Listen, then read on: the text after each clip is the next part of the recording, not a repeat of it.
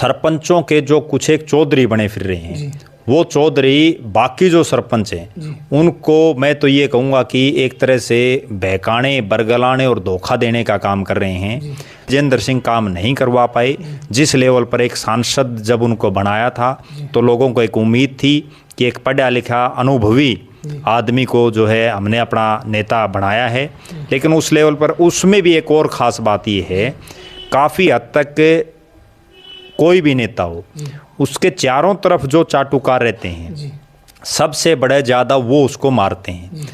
देखो, अशोक गोयल मंगालीवाला पिछले कई सालों से सक्रिय है। कांग्रेस में रहते हुए वो कांग्रेस के अलावा भी अपने सामाजिक कार्यक्रमों के माध्यम से लगातार लोगों के बीच में रहते हैं, संघर्ष जरूर कर रहे हैं। अब पार्टी उनको उसका क्या फल देती है वो तो जब टिकटें बटेंगी तब पता चलेगा, लेकिन इतना ज़रूर तय है कि हिसार शहर में और आसपास के क्षेत्र में अगर कांग्रेस पार्टी को कोई जिंदा रखने का काम थोड़ा बहुत कोई कर रहा है तो उसके लिए अशोक गोयल मंगालीवाला लगातार वो प्रयास कर रहे हैं, लोगों के बीच में रहते हैं। और उनकी एक सबसे खास बात मुझे जो लगी वो ये है कि वो ये नहीं देखते कि कौन आदमी किस पार्टी का है। वो बीजेपी के नेताओं के घर भी चाय पीने चले जाते हैं, वो जेजेपी के जो पदाधिकारी उनके पास भी चले जाते हैं, सरपंच वगैरह चाहे वो किसी भी पार्टी का हो उनको बुलाते हैं या उनके पास चले जाते हैं। तो वो निश्चित रूप से अपना खुद का एक जनाधार बना रहे हैं। अब वो उसमें कितना कामयाब हो पाते हैं वो तो आगे समय बताएगा, और पार्टी भी उनका किस लेवल पर यूज़ कर पाती है। क्योंकि एक और जो बात है वो ये है कि वो पिछले इतने साल से जिस तरह से संघर्ष कर रहे हैं उसके बावजूद भी पार्टी आज तक मुझे नहीं लगता कि उनको कोई उस लेवल पर पहचान दे पाई है, बल्कि उन्होंने ही कांग्रेस को हिसार शहर में जिंदा रखने का एक तरह से काम किया है। एक्टिव इंडिया में आपका हार्दिक स्वागत है। मैं शंकर धीमा। आज हम पहुंचे हिसार में और आपकी मुलाकात कराएंगे वरिष्ठ पत्रकार प्रद्युमन जोशीला जी से। भाई साहब नमस्कार। जी नमस्कार, आपके सभी दर्शकों को मेरी तरफ से नमस्कार, राम राम। भाई साहब, लगातार राजनीति पर नज़र रखते हो, अभी 5 राज्यों के विधानसभा चुनाव हैं और 3 दिसंबर को रिजल्ट आ जाएगा जी। किसकी पोजीशन मजबूत लग रही है, बीजेपी, कांग्रेस या अदर्स पार्टी? देखो, मुख्य रूप से तो वैसे तो 5 राज्यों में चुनाव है, लेकिन जो पूरे देश की नज़रें हैं वो है 3 राज्यों पर, मध्य प्रदेश, राजस्थान और छत्तीसगढ़। तीनों ही राज्यों में जो परिणाम होगा वो 2024 की देश की राजनीति की दशा और दिशा तय करेगा।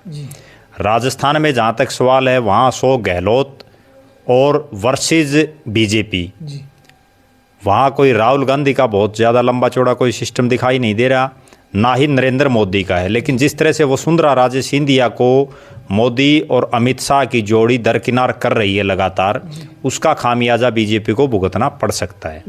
मध्य प्रदेश में पिछले चुनाव में जो परिणाम आया था उसके बाद कमलनाथ के नेतृत्व में वहाँ कांग्रेस की सरकार बनी थी, लेकिन ज्योतिरादित्य सिंधिया के कई विधायकों के साथ बीजेपी में चले जाने की वजह से फिर शिवराज सिंह चौहान वहाँ मुख्यमंत्री बन गए।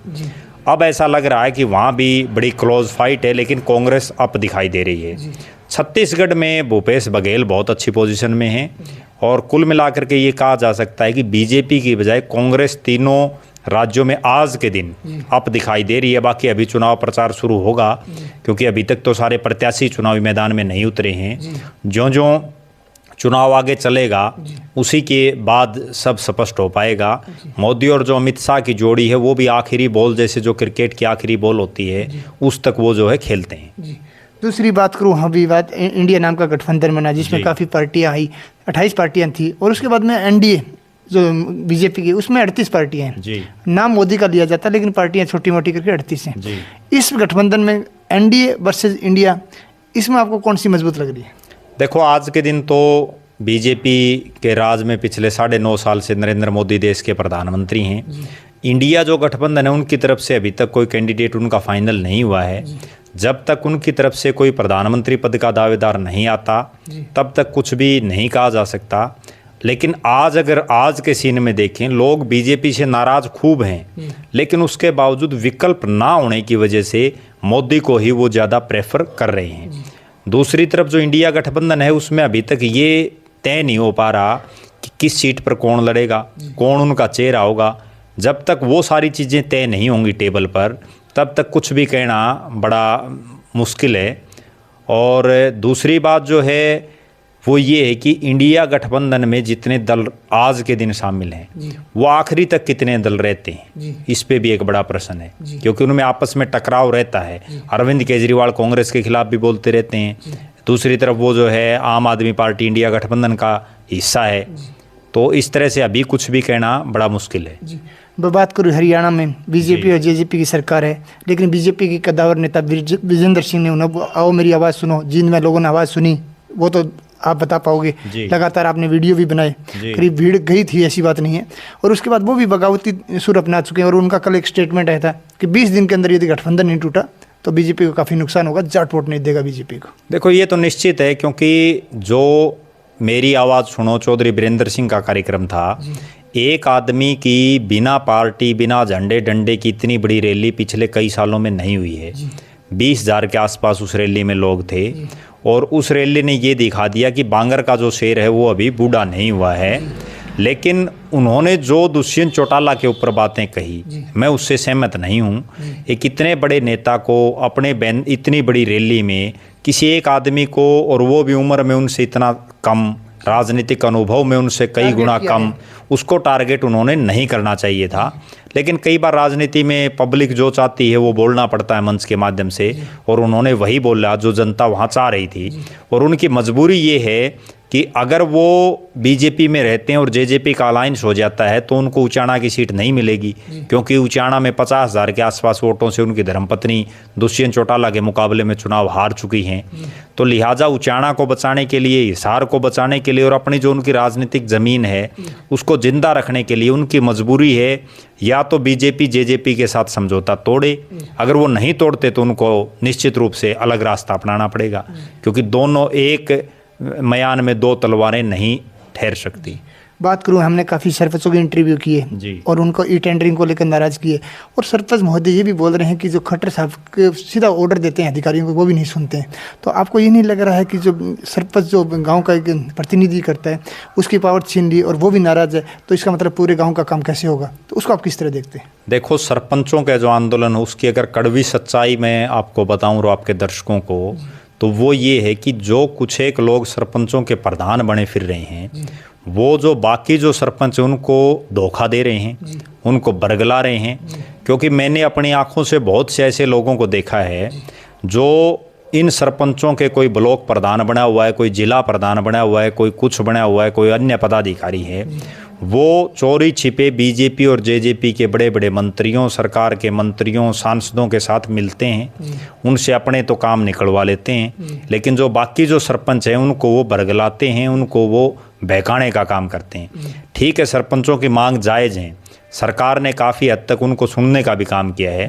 प्रदेश के जो पंचायत मंत्री देवेंद्र सिंह बबली हैं, उन्होंने पहली बार हरियाणा के इतिहास में ऐसा काम किया है जो आज तक नहीं हुआ। आज तक जितने भी सरपंच बने हैं उनके शपथ ग्रहण समारोह हमेशा पूरे प्रदेश में एक कार्यक्रम हुआ करता, कभी वो कुरुक्षेत्र में हो गया, कभी चंडीगढ़ में हो गया। लेकिन उन्होंने पहली बार सरकार के खर्चे पर हर गाँव में जो है उनको शपथ दिलाई। इसके अलावा भी कई और वो काम कर रहे हैं। कोई भी सरपंच है, अगर वो सरकार के साथ तालमेल बना करके तो चलेगा तो निश्चित रूप से उसके काम होंगे। अगर आप बगावत पर उतराओगे और बिना बात की तो कोई नहीं पूछेगा। सरकार ठीक काम कर रही है, लेकिन सरपंचों के जो कुछ एक चौधरी बने फिर रहे हैं, वो चौधरी बाकी जो सरपंच हैं उनको मैं तो ये कहूँगा कि एक तरह से बहकाने, बरगलाने और धोखा देने का काम कर रहे हैं। चोरी छिपे खुद के काम निकलवा रहे हैं। खुद यहाँ तक क्यों और बता देता हूँ मैं आपने, जो लोग इनका पदाधिकारी बन के विरोध कर रहे हैं वो इन बड़े बड़े नेताओं की, बीजेपी और जेजेपी की नेताओं के घर जा कर के चाय पीते हैं, इनको अपने घर पर बुला करके चाय पिलाते हैं। तो आप आइडिया लगा लो कि वो इन सरपंचों के शुभ चिंतक हैं या इनको जो है एक तरह से धोखा देने का काम कर रहे हैं। हालांकि कई हद तक जो सरकार ने जो सरपंचों के अधिकार हैं वो भी देने चाहिए, मैं उस विषय में भी उनके साथ हूँ। लेकिन फिर भी तारतम्य के बीच में जो एक कड़ी, जो ये बेफालतू के जो पदाधिकारी बने हुए हैं, इन्होंने इन सरपंचों का भट्ठा गोल कर दिया है। बात करूँ हिसार लोकसभा की, हिसार लोकसभा में 9 विधानसभाएं, उसके अंदर बीजेपी और जेजेपी के सारे विधायक हैं। आप भी टेढ़ी नज़र रखते हो और हिसार की राजनीति पर खुलकर अपने विचार भी व्यक्त करते हो अपने सोशल मीडिया प्लेटफॉर्म पे और प्रिंट मीडिया के माध्यम से, तो मैं ये जानना चाहता हूँ कि हिसार का कितना विकास हुआ?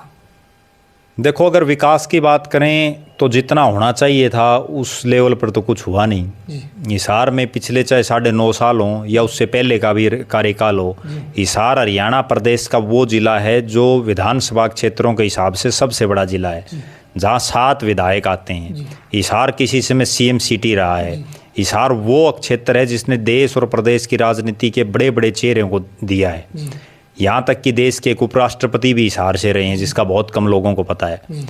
लेकिन उसके बावजूद हिसार में सिर्फ लोगों को बहकाने, एक एयरपोर्ट के नाम पर, एयरपोर्ट आम आदमी के क्या काम आएगा, ठीक है, कभी एलिवेटेड रोड के नाम पर जो हिसार के स्थानीय मंत्री हैं, चाहे वो कमल गुप्ता हों, चाहे वो विधानसभा के डिप्टी स्पीकर रणबीर गंगवा हों, चाहे वो अनूप धानक हों, वो आज के दिन सिर्फ गली और नालियों का उद्घाटन करने तक सीमित हैं। कोई बड़ा प्रोजेक्ट, कोई इंस्टीट्यूट, कोई बड़ा हॉस्पिटल, कोई बड़ा रोड, कुछ भी हिसार में नहीं बना है। राजनीतिक रूप से भी हिसार आज शून्य है और विकास के मामले में भी हिसार आज शून्य है। और उसके लिए अगर कोई दोषी है तो वो दोषी जो हिसार के जनप्रतिनिधि हैं, आज जो अलग अलग विधानसभा क्षेत्रों का प्रतिनिधित्व कर रहे हैं, वो लोग उसके जिम्मेवार हैं, चाहे वो जेजेपी के हों, चाहे वो बीजेपी के हों। और सारे के सारे आज एक और जो जैसा आपने बताया, सारे के सारे आज सत्ता के साथ हैं। बल्कि और एक कड़वी बात और मैं आपको बताऊं, अगर हम नलवा विधानसभा क्षेत्र की बात करें, पहला, दूसरा और तीसरा स्थान पर जो लोग आए, चाहे वो कांग्रेस के कैंडिडेट थे जो 2 नंबर पर रहे, जेजेपी के कैंडिडेट थे 3 नंबर पर रहे, बीजेपी का कैंडिडेट जीता, तीनों आज सरकार के साथ हैं। लेकिन नलवा विधानसभा क्षेत्र में एक काम भी नहीं हुआ। सेम अगर लोकसभा की बात करें हम, ब्रिजेंद्र सिंह पिछले 4.5 साल से सांसद हैं, एक पढ़ा लिखा सांसद है, इसमें कोई दो राय नहीं है, IAS ऑफिसर रहे हैं। लेकिन चूंकि वो खट्टर साहब के साथ उनकी नहीं बन पाई, बेशक वो सत्ता में हैं, लेकिन उस लेवल पर ब्रिजेंद्र सिंह काम नहीं करवा पाए जिस लेवल पर एक सांसद जब उनको बनाया था तो लोगों को एक उम्मीद थी कि एक पढ़ा लिखा अनुभवी आदमी को जो है हमने अपना नेता बनाया है। लेकिन उस लेवल पर उसमें भी एक और ख़ास बात ये है, काफ़ी हद तक कोई भी नेता हो, उसके चारों तरफ जो चाटुकार रहते हैं, सबसे बड़े ज़्यादा वो उसको मारते हैं। ब्रिजेंद्र सिंह के साथ सबसे बड़ी समस्या क्या रही कि जो 2-4 लोग पहले उनके पिताजी चौधरी बीरेंद्र सिंह को चलाते थे, वही 2-4 आदमी अब जो है ब्रिजेंद्र सिंह को चला रहे हैं। और उन 2-4 आदमियों का वजूद ये है कि वो गांव में कभी सरपंच भी नहीं बने, ठीक है, बनना तो दूर, उन्होंने कभी चुनाव तक नहीं लड़ा। जब उनको राजनीति का या सामाजिक जीवन का कह गए भी नहीं पता है तो वो किस तरह से लोगों के काम करवा पाएंगे। इस वजह से ब्रिजेंद्र सिंह के फेल होने का सबसे बड़ा कारण मैं इसी चीज़ को मानता हूँ। बात करूँ अपने सांसद की बात की तो अशोक गोयल मंगाली वाला भी एक जनसेवक है, वो बोला है कि सभी की राजनीति आपने देखी, सब राजनीति घरानों का हूँ और मैं सेवा करना चाहता हूँ, 35 साल विदेश में रह के आया हूँ। उसकी आप परख है कि नहीं है, हिसार के अंदर उसकी कैसी छवि है? देखो, अशोक गोयल मंगाली वाला पिछले कई सालों से सक्रिय है। पहले वो बीजेपी की टिकट मांग रहे थे हिसार में, उस समय भी पिछली बार लोकसभा और विधानसभा चुनाव से पहले वो काफ़ी सक्रिय रहे और उन्होंने अच्छा खासा पैसा भी लगाया उस दौर में। उसके बाद फिर वो जब बीजेपी की सरकार आ गई तो कुछ समय सरकार के साथ रहे, लेकिन वहाँ उनकी पटरी नहीं बैठ पाई। अब वो कांग्रेस में हैं। कांग्रेस में रहते हुए वो कांग्रेस के अलावा भी अपने सामाजिक कार्यक्रमों के माध्यम से लगातार लोगों के बीच में रहते हैं, संघर्ष जरूर कर रहे हैं। अब पार्टी उनको उसका क्या फल देती है वो तो जब टिकटें बटेंगी तब पता चलेगा। लेकिन इतना ज़रूर तय है कि हिसार शहर में और आसपास के क्षेत्र में अगर कांग्रेस पार्टी को कोई जिंदा रखने का काम थोड़ा बहुत कोई कर रहा है तो उसके लिए अशोक गोयल मंगाली वाला लगातार वो प्रयास कर रहे हैं, लोगों के बीच में रहते हैं। और उनकी एक सबसे खास बात मुझे जो लगी वो ये है कि वो ये नहीं देखते कि कौन आदमी किस पार्टी का है। वो बीजेपी के नेताओं के घर भी चाय पीने चले जाते हैं, वो जेजेपी के जो पदाधिकारी उनके पास भी चले जाते हैं, सरपंच वगैरह चाहे वो किसी भी पार्टी का हो उनको बुलाते हैं या उनके पास चले जाते हैं। तो वो निश्चित रूप से अपना खुद का एक जनाधार बना रहे हैं। अब वो उसमें कितना कामयाब हो पाते हैं वो तो आगे समय बताएगा, और पार्टी भी उनका किस लेवल पर यूज़ कर पाती है।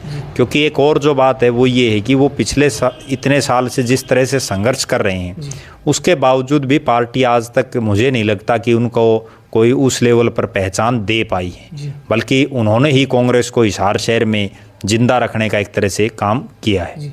अभी मैं छोटा सा एक पर्सन मेरा लास्ट है कि कल आशा बरकर जो शहरी विकास मंत्री आपने बोला कमल गुप्ता जी सांसद विधायक हैं बीजेपी के और मंत्री भी हैं, उनका घर का घेराव किया 4,000 रुपये तनख्वाह से घर तो नहीं चल रहा है जी। आप उनको किस तरह लेते हैं और क्या सरकार उनके साथ सही कर रही है या गलत कर रही है? देखो, सबसे बड़ी बात ये है राजनीति की।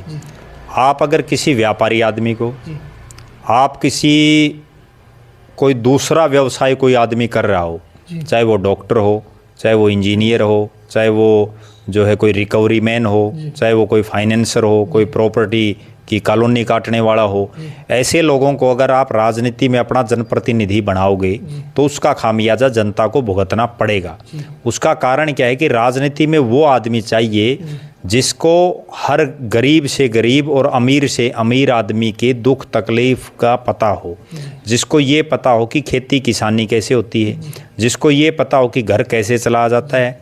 जिस आदमी को सिर्फ एक व्यापारी टाइप का आदमी, बेशक उन्होंने अपना एक हॉस्पिटल खोल रखा था, वो डॉक्टर थे, लेकिन है तो डॉक्टर भी एक व्यापारी टाइप के ही, उनका एक बिजनेस है वो, ठीक है। आज हम देख रहे हैं कि बड़े बड़े जो जिसके पास भी थोड़ा बहुत पैसा हो जाता है वही आदमी राजनीति में आ जाता है, और उसका खामियाजा जनता को ये भुगतना पड़ता है जैसा अब हम भुगत रहे हैं। चाहे वो कमल गुप्ता हों, चाहे वो रणबीर गंगवा हों, ठीक है, उनको आम आदमी से कोई लेना देना नहीं है। आप 4,000 रुपये की बात कर रहे हो, कमल गुप्ता तो इस तरह के सबजबाज लोगों को दिखा रहे हैं कि अगर शहर में एक भी गली फूटी हुई, एक भी रोड फूटा हो तो मुझे बताओ। जबकि हिसार में पिछले 10 साल से, जब से डॉक्टर कमल गुप्ता हिसार के जनप्रतिनिधि हैं, विकास के नाम पर कुछ नहीं हुआ। आप कहीं भी कोई भी रोड उठा करके देख लें, और अकेले कमल गुप्ता की बात नहीं है, जितने जनप्रतिनिधि हिसार के आज के दिन हैं सब गूंगे और बहरे हो चुके हैं। खुद रणबीर गंगवा जो नलवा हल्के का विधायक है, उसका गंगवा गांव है और उसकी ससुराल आर्यनगर पड़ती है, गंगवा और आर्यनगर का रोड भी वो नहीं बनवा पाया। तो आप आइडिया लगा सकते हैं कि कितना विकास कमल गुप्ता ने करवा दिया, कितना विकास रणबीर गंगवा ने करवा दिया। ठीक है, झूठी हवा हवाई बातें आप कितनी करते रहो, आप लोगों को झूठे सब्जबाज दिखाते रहो। और मेरा तो आज भी जनता से अनुरोध है कि अभी जो 6 महीने बाद जो चुनाव होने हैं लोकसभा के, 1 साल बाद विधानसभा के, आप केवल उन आदमियों को अपना जनप्रतिनिधि बनाएं जो लोगों की दुख तकलीफ को समझ सके, जो गांव गरीब ढाणी खेत मजदूर उन सब की तकलीफ को जानने वाला हो, तब ही कोई बात बन पाएगी। बहुत बहुत धन्यवाद भाई। जी धन्यवाद। आज हमारे साथ थे प्रद्युम्न जोशीला जी, वरिष्ठ पत्रकार, और उन्होंने अपने एक एक शब्द राजनीतिक तौर पर बताए, और आने वाले 5 जो राज्य के चुनाव हैं उनका परिणाम जैसे ही आएगा उसके बाद राजनीतिक दशा और दिशा बदलेगी, इसमें कोई शक नहीं है। जहाँ तक बात करें मोदी सरकार की, ये भी एक विकल्प है कि इंडिया के नाम से आपने गठबंधन जरूर कर लिया, लेकिन आप चेहरा भी उसको दे नहीं पाए हो। इसमें भी देखना है कि कौन चेहरा होता है। और सबसे बड़ी बात जो भाई साहब ने बोली कि कितने दल तब तक रुकते हैं, ये एक देखने वाली बात है। हो सकता है चुनाव भी अलग हो सकता है वो बीजेपी में चले जाएं, ये भी हो सकता है। तो आज बस इतना ही, कल फिर मिलेंगे नई मुहिम के साथ। तब तक के लिए जय हिंद जय भारत। आप हमारे चैनल को लाइक शेयर एंड सब्सक्राइब जरूर करें। वंदे मातरम। नमस्कार।